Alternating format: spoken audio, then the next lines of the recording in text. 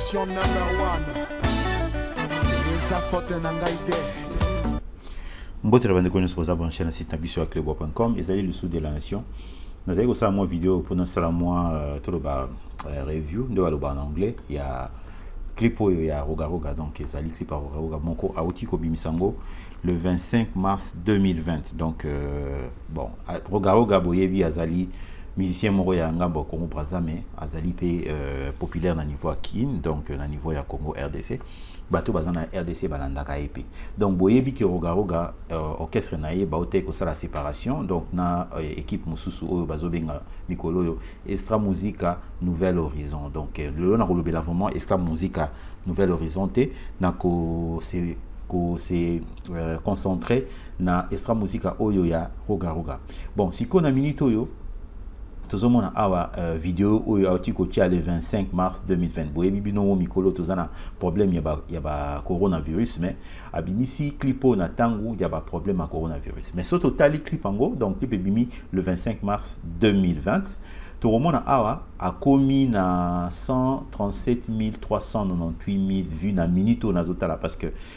Bogota la peut-être vidéo nanga ou après donc le lot tozali le 6 avril 2020 donc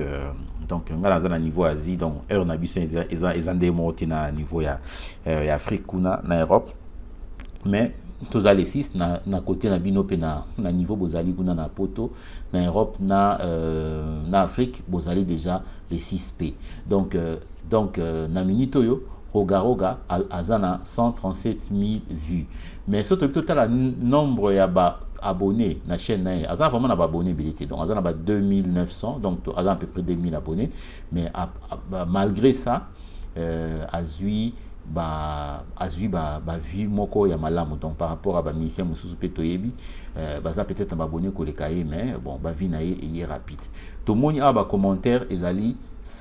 668 commentaires et ba commentaire ebele za positif parce que ebele ba c'est peli na musique na ye oyo asali donc na générique na ye oyo ya sika bon nga na niveau nanga na kopesa bino avi nanga o nazana mona générique donc eloko liboso donc bomoni na tiaki moi extrait intro na mona bandeli parce que mona tia ba musique ebelete bikola ba droit d'auteur na YouTube donc on tiaka ba séquence à mikuse donc na à partir à 32e seconde donc na moni ba sali moi transition moko wana ya bien donc 32e seconde to lukango transition ya bien pour na kokota pour na changer un peu rythme hein to kende nango Daria Pétrole, le redresseur de l'entreprise, donc oye memeli biso na place wana donc na CP de transition wana donc et un peu esika na kati wana donc transition basali wana pour na guitare et respirer sika wana ezali vraiment malamu et puis eloko mususu ezali na 1 minute 26 donc ndenge ba koti na 7 wana e vandi na ndenge osakana te donc boyebi bino mo Roga Roga zali soliste na ebi vraiment te soki yem tabeti yango to soliste na e oya sika tabeti yango mais en tout cas ba vandi 7 kitoko na ba kriton to ken un peu à peu près na 1 minute 26 secondes to beta mo muke PDG, dragon de la monnaie. Allez, Juvel et Tchoumou, marque le but. Fiston Ingani, Maya Scott. Yelikia Nangana Bali. Donc, Boyoki wana, 7 ekoti. Donc, ezali 7 mo malamu. Donc, o bazana chance ya kota la vidéo oyo. Boke kota lango, bo comprendre le oninga na zoloba. Parce que babwa ki krimo wana ya sanduku. Na si babi ngo sanduku makambo ebele. Là, ils a bien, ils a krimo bien, toka.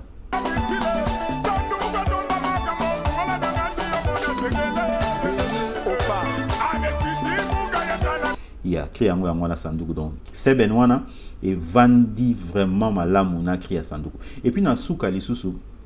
ezali na moi pose mo basali wana animateur mususu abwaki créé produit donc bazo bokelo mo ndi ya produit donc na migana na kene na un peu kota suka ezali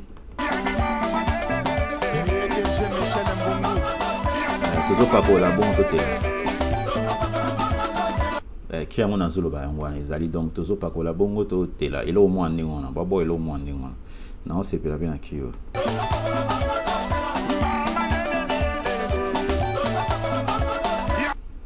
donc wana ezali na ndenge ya musique na ndenge na moneli bon na kosala mwa commentaire na nga mpona koloba oyo nga na sepeli nango na oyo na sepeli nango te na clip oyo ya rogaroga donc na ba oyo biloko nga na sepeli nango na sepeli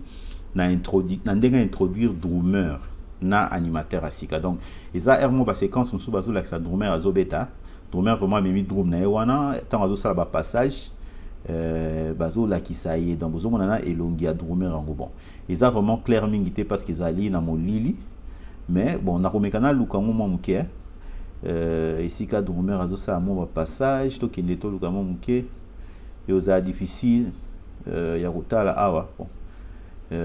eza na animateur na retrouver yango facilement bon drummer il faut ezala awa yango donc awa bomoni alakisi vraiment drummer awa Maya Scott yelika nanga na balezoles et puis animateur asika a introduire ndega awera son asalara ninga baroi David quoi bomona atikele bena donc ebonga awa Sassou DG fiable et Dingoma l'intelligence de l'ordinateur donc voilà donc animateur ya sika na ndinga memiye na ndinga lakisi ye donc esali bien parce que awa nazonga sunga awa benga alini wana donc animateur yango aza un peu mwa liboma ndenge mpena tolinga ba animateur ermo kutu na suka alongolaki mpena donc atikali mpena na nayebi ti so obenga ngo lingwanda soki nini donc atikali mpena na teni mpena ya kindoki quoi donc abimisi natala soki lingwanda yango ezala awa asekisenga fort eza wapi totala eza difficile à retrouver yango boye mais eza mpena na minute moko mpena donc animateur yango alongola ye vraiment bilamba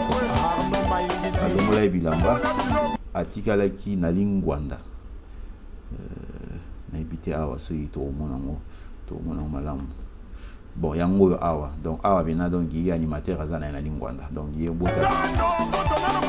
merci donc bimio ndenge couche moko boye donc oyo eza bapoint oyo ngai point liboso na moni donc ndenge introduire bamisien sika na moni mpe basiste na ye wana sp wana basse wana sp basse na circomone baloba yango wana na moni azali wana donc azali parmi bato oyo bazali et puis danseur oyo aza na katikati nazala komona ye mpe nayebi komona ye te mais nazala komona ye na baclip ya extra musique ya liboso eloko mosusu ya point mosusu ya positif na moni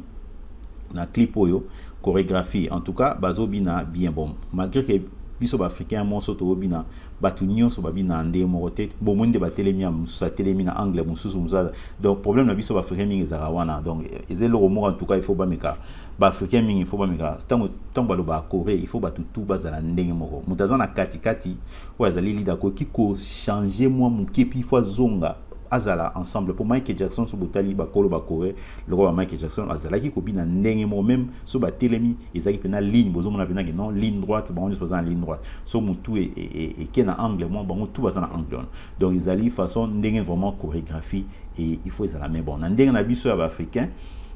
chorégraphie na clip o eza malamu sebene na sepeli na sebene abeti ba sebene belete donc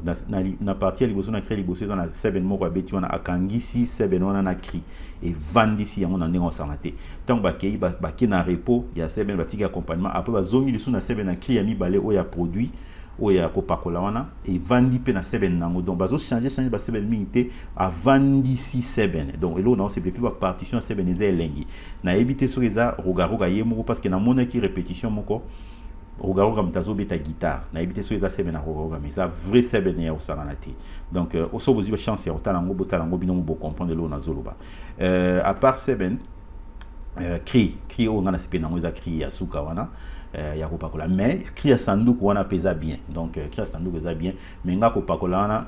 na éviter peut-être pour eza na suka na sepena na kopakola na malamu et puis point mususu ya positif ya clip ya rogaroga ezali que clip eza 4 minutes donc clip eza molaïté donc tout eza 4 minutes 18 secondes wana ezali vraiment temps ya malamu pendant ça la clip et puis le mususu ezali frappe ya drummer na sepeli na frappe ya drummer bon eza na babilo one mususu na sepeli makasi te mais en tout cas drummer aza bon donc na ko lobelo moté azali bon drummer donc na lobby par rapport à Ramatoulaye Toloba, donc azali bon drummer,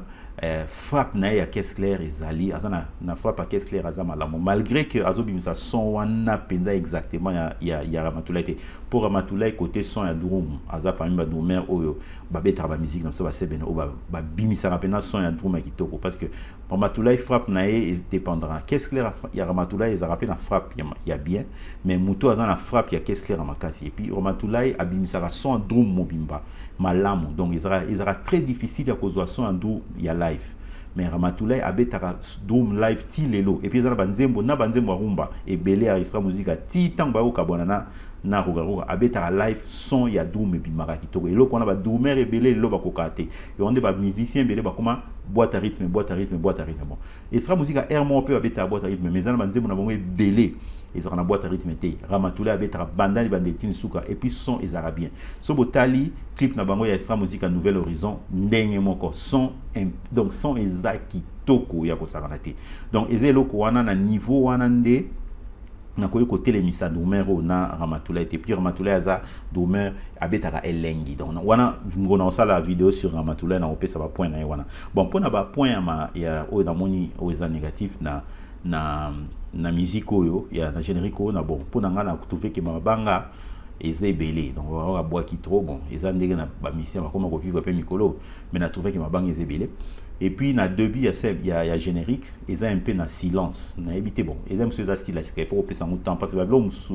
et c'est ngara temps pour na to mesana na style parce que générique parce que normalement générique ni bandel ne wana ba silence ezaka ba mabanga na ye animateur il fallait ça moi biloko mo mais ezati donc ils ont moi silence mo peut-être ils ont raison en gros tout là parce que qu'est-ce clair déjà ba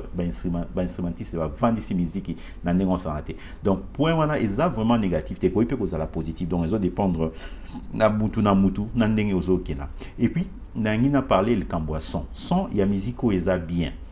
mais eza na niveau o nga na ebeli son extra musique ate na si ba o bato ba ebi musique ba o ba zo ka bien ba ko comprendre lo nga na zolo ba son eza malamu na lobite que son eza mabe mais na niveau ya son ya extra musique eza na ki moi ezo zanga mo lo moko boye donc ezo zanga mo lo moko boye na son oyo pour comme na niveau ya extra musique mais c'est bon et puis ba musicien lo musu eza ke ba musicien ba musicien si kapé ba wana o na ba mesani na ba wana musu te ba na kala donc peut-être ngwana mais ogaroka déjà ye moko ndenge azali déjà mutu asima donc ayebin son aye ya extra donc ya mumti sali ke toyoka ya ndenge ezokendile boye mais bon totala na peut-être la deuxième album na bango ba ko récupérer son na bango on a parce que son wana extra musique ekei na extra musique à Nouvelle Horizon bato baza na Nouvelle Horizon wana bazo beta son wana ya extra musique on a ndenge za na éviter combien de musiciens baza kuna o bazbeta na roga mais bango vraiment ba garder son wana donc o ezali point yanga o ya suka na moni ya mabe sur clip donc o ezali analyse nanga na sala sur clip roga oyo donc ba o bazu chance ko tala teza générique asika patati patata ya roga ezali na chaîne ya roga officiel mais so ibo taper patati patata bo mona on a chapé lien ya chaîne yango na c ya vidéo donc so bo sepele la vidéo en tout cas bo cliquer sur m so bo sepete bo cliquer sur pas bo si ba commenter na bino na ndenge bino bo trouver clip oyo so ki bo si bo tali yango donc so bo tali yango te donc inviter bino bo ki eta la clip oyo ya roga en tout cas ezalaki de la nation botika na malamu to mona na mbalasima au revoir bye.